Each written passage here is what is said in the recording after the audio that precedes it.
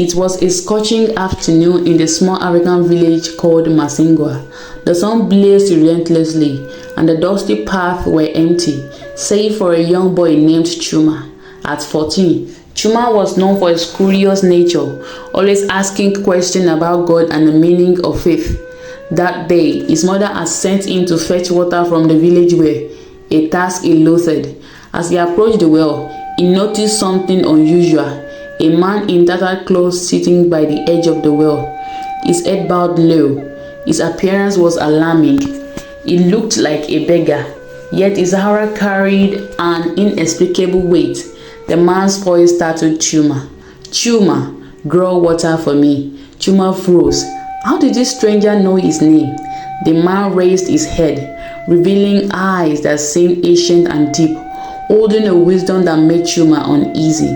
"But I only came to fetch water for my mother," Chuma stammered, clutching his bucket tightly. The man smiled faintly and said, "Obedience is better than sacrifice. Draw water for me, and your life will never be the same." Chuma hesitated, his heart pounding. What if this man was dangerous?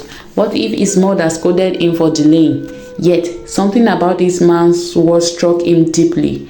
He reluctantly drew water from the well and handed it to the stranger. The man drank deeply, then stood and placed a hand on Chuma's shoulder. "Because you obeyed without understanding, I will bless your family. Run home now." Confused but curious, Chuma ran back to his hut. As he arrived, he was met with chaos. His mother was wailing, and the village elders stood solemnly at the door. "Mother, what's wrong?" Chuma asked, breathless. His mother sobbed. "Your little sister, Amma, stopped breathing an hour ago. We've been praying for her to wake up." Without thinking, Chuma burst into the hut and ran to Amma's still body. The man's word echoed in his mind. "Your life will never be the same." He placed his hand on his sister's chest and whispered, "Amma, wake up." Suddenly, her eyes fluttered open. Amma gasped for air and began crying. The entire hut fell silent, then erupted in joyous praise.